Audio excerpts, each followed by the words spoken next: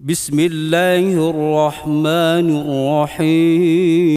लेकिन बेसिक चीज की तरफ इशारा करूं ताकि आपको पता लगे कि इस्लामी मुआशरे में आपके पास क्या है और कुफ्र के मुआशरे में आपके पास क्या नहीं है। सबसे कीमती तरीन चीज आपकी औलाद है, याद रखिएगा।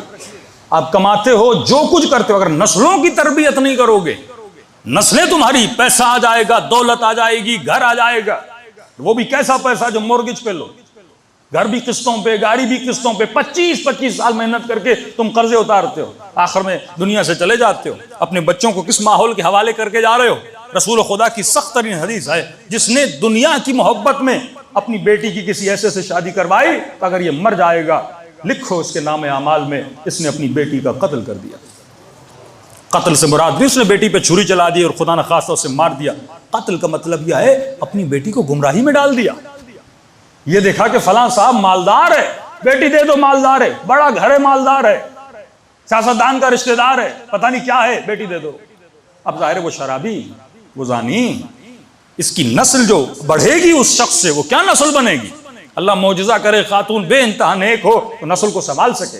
आप मुतअद्दिद केस ला सकते, मौलाना बंदा बड़ा खराब था लेकिन नस्ल अच्छी बन गई। वो यूनिक केसेस होते हैं, 2, 3, 4, 5 केसेस होते हैं, लेकिन अक्सरियत अगर देखा जाए, उसूल कभी भी जुज़ पे नहीं बनते, कुल पे बनते हैं। ये नहीं कि मैं यूनिक केस देखूं। अब हो सकता है किसी ने कहा मौलाना एक दुनिया का मुल्क है, वहां पे हमने कव्वे सफेद भी देखे, हो सकता है 4 कव्वे सफेद भी हों, लेकिन जब अक्सरियत काली है तो बोला क्या जाता है, कव्वे सारे काले होते हैं। हो सकता है 4 लोग गंदे माहौल में क्या हो जाएं, सुधर जाएं, लेकिन अक्सरियत क्या हो जाती है, तबाह बर्बाद हो जाती है। अगर तुम उस पर ये औलाद की बेटी का कत्ल का मतलब यह है तुमने बेटी की नस्ल को तबाह बर्बाद कर दिया। कुरान कहता है तय्यब मर्द तय्यब औरतों के लिए, खबीस मर्द खबीस औरतों के लिए, यानी मर्द के लिए इतनी पाबंदी है। हैवान जब हैवान से जिनसी ताल्लुक बनाता है वो तकवा नहीं देखता, और अगर तू भी शादी करते वक्त तकवा और दीन नहीं देख रहा, अभी तक कमाल हैवानी पर है।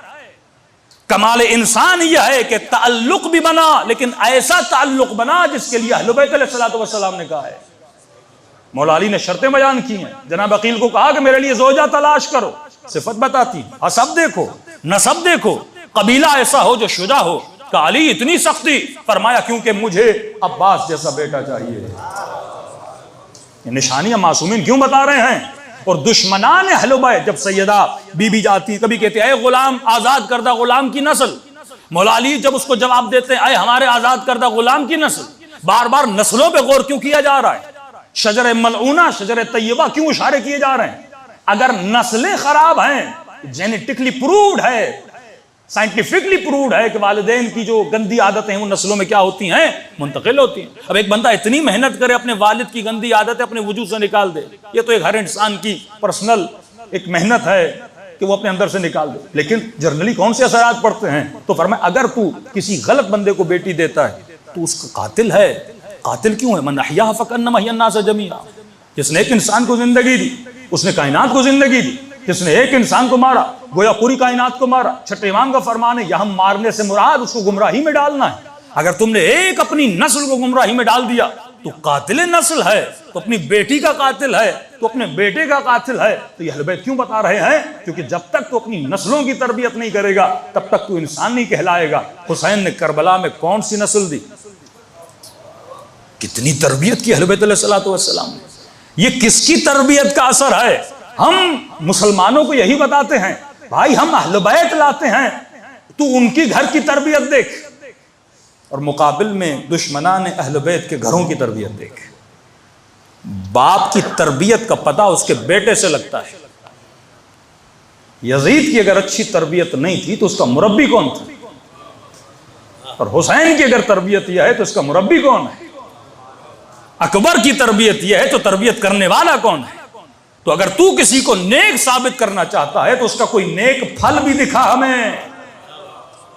सिर्फ तुम्हारे कहने से कोई नेक नहीं बन जाता। तरबियत बताती है कि बंदा कितना आलिम था, कितना अच्छा मुरब्बी था। तो मेरे अजीज, नस्लों का ख्याल करें। उन माहौलों में नस्लें सही पनपती नहीं हैं। एक नस्ल बचाओगे, 2 नस्लें बचाओगे।